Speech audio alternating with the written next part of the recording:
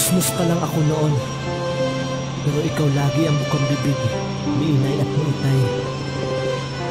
Isa ka raw sa mga taong mabuting halimbawa, isang pinuno na may malawak na pag-uunawa. Kaya pakinggan mo po ito, sir, para sa'yo.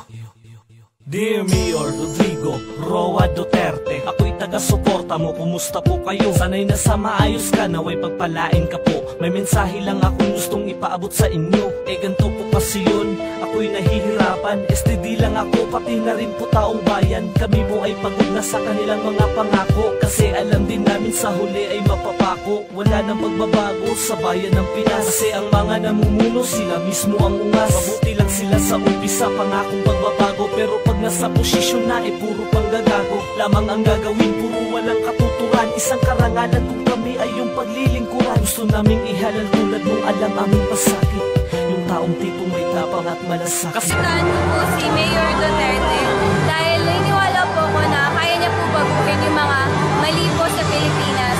Suportahan ko po si Mayor Duterte dahil naniniwala po ako na para po sa pagbabago siya po ang dapat natin maging presidente. At bilang kabataan po, naniniwala po ako na lahat po ng batas na ipatutupad po niya bilang magiging Pangulo ay pakikinabangan po ng hindi lang kagaya kong kabataan, kundi ng mga sunod pa pong generation after sa akin. So para na ako, ang higit sa mag-agal as president sa Pilipinas kay karon ng kailangan na sa mga Pilipino kay disiplina. Nung siya na naging mayor, parang kahit saan ka maglakad sa Davao, pwede na. I think that desperate times calls for desperate measures, and I would really vote for him. I really think that he's a very good and effective leader. We crave for something new. Gusto namin makita nung something na pagbabago. Kasi pagod na po kaming makinig sa mga paasa. Ikaw na lang kasi natitira namin pag-asa. Nang di na po madagdagan ang nakawan at krimen. Matigil na ang korupsyon, mabago aming paningin. Kasi kung ano ang bunga, yun din daw po ang puno. Gusto naming makaahon, ikaw na ang mamuno. Ikaw na lang kasi natitira naming alas. Kasi alam namin na di mo pababayaan ng Pinas. Ilang administrasyon na ang dumaan, pero anong nangyari? Wala wala rin pagbabago. Yung iba'y pinagluklukan sarili sa posisyon, pero iba ka sa kanila, di ka nasasabik dun. Isa ka sa mga tao na aking hinahangaan. May isang salita at alam kong hindi gahaman. Kaya pakiusap ko, dinggin mo, hinaing namin. Tulungan mo po ang Pinas, bayang sinilangan natin. And for us, makakaya niyang maging peaceful and siguro hindi na mauulit yung mga kamaliang nangyari kasi hindi siya bias sa mga judgment niya.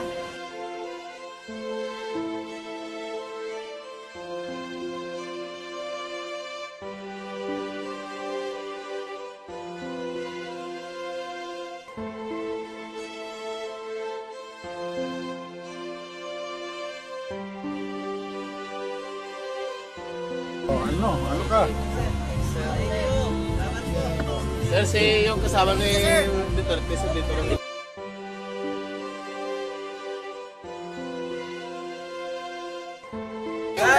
Presidente. Ito, boto ko siya kung magiging maganda sana ang ng ating bansa. Sana matupad natin mga Duterte pang presidente. gusto ng mga tao dito sa bansa natin na Presidenta, sir, tumulong siya sa mga nangangailangan ng mga mamamayan na nangangailangan ng tulong sa simbahan ng bayan. Para mapuksa na yung mga Sana siya nga drug magandang lord. presidente na Wala nang sa ating gagamit ng shabu. mahirap. Huwag ka mag-alala. Bumoto kami para sa'yo. Sana ikaw ang taong kailangan namin.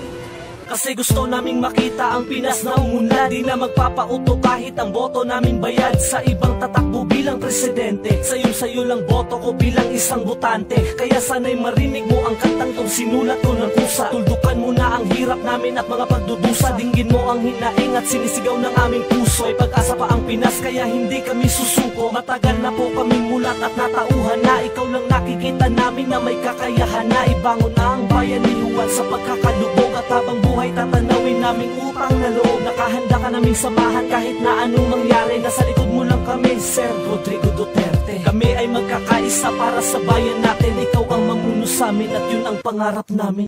Maugyod ang clamor sa mga katawan sa entero Mindanao. Pila na ka mga lumalabay na to nga mga presidente nga puros lang gyud sa Luzon, walay taga Mindanao.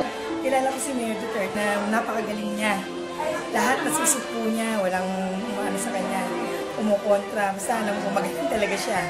Yun ang gusto natin na maging presidente, yung talagang meron siyang braso. Panindigan. Meron siyang braso at wala siyang inuurungan na laban.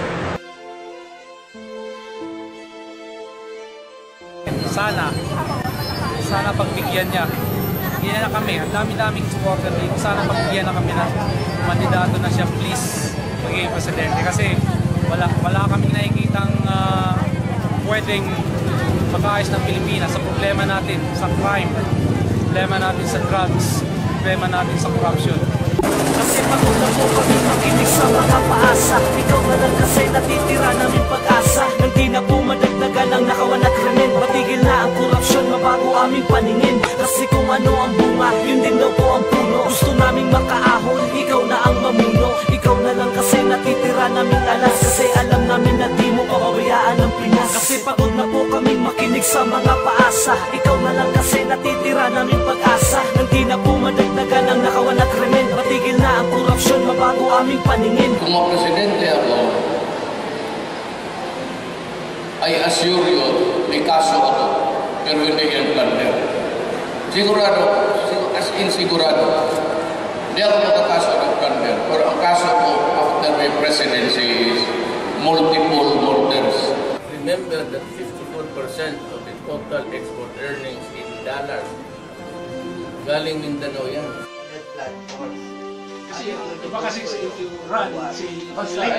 I will just give you an idea. I mean, pouring you in advance. If I cannot get, you cannot say you will do it because you will be disqualified. Ngayong gabi sa reaksyon, nanilbihan bilang alkalde ng lungsod ng Davao sa loob ng higit 2 dekada. Kilala sa pagiging matapang at sa pagkakaroon ng kamay na bakal laban sa krimen.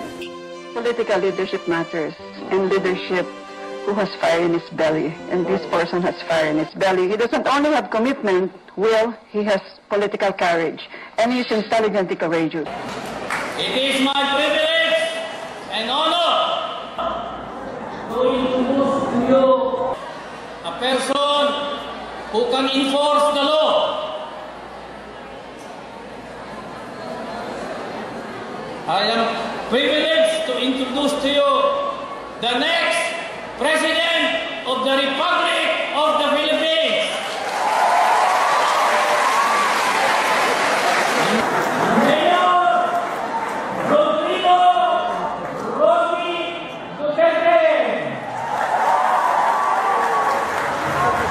Kasi kung ano ang bunga, yun din daw po ang puno. Gusto naming makaahon, ikaw na ang mamuno. Ikaw na lang kasi natitira naming alas. Kasi alam namin na di mo pababayaan ang Pinas.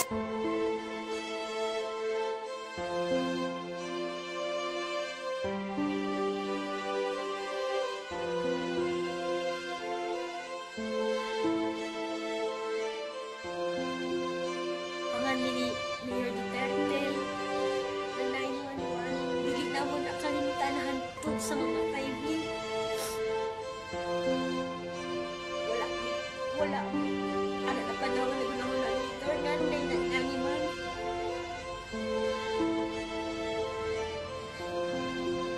Pero, nakita ko mo na number na 911. Bakit ito na kami? Takot sa ako. Lakas ng loob ba na padayon yun? Isa yun sila. Isa yun mo sa nakatabang sa among atak urbanon. Isa yun mo. Salamat. Di yun. Ako ginasulti pa balik. Salamat. Mayor Duterte. Salamat 911 kung tungkol sa inyo ha. Ambot lang kung nakagawas ba ko. Kung natagaan ba ko ang lakas ng loob. Kaya mo kabalumag mo sa kwarto that time. ko kabalo. Kamo gyud ang nakahatag sa ako ang isa sa lakas ng loob. Nakita ko ang number nga 911 sa 10. Daghang salamat.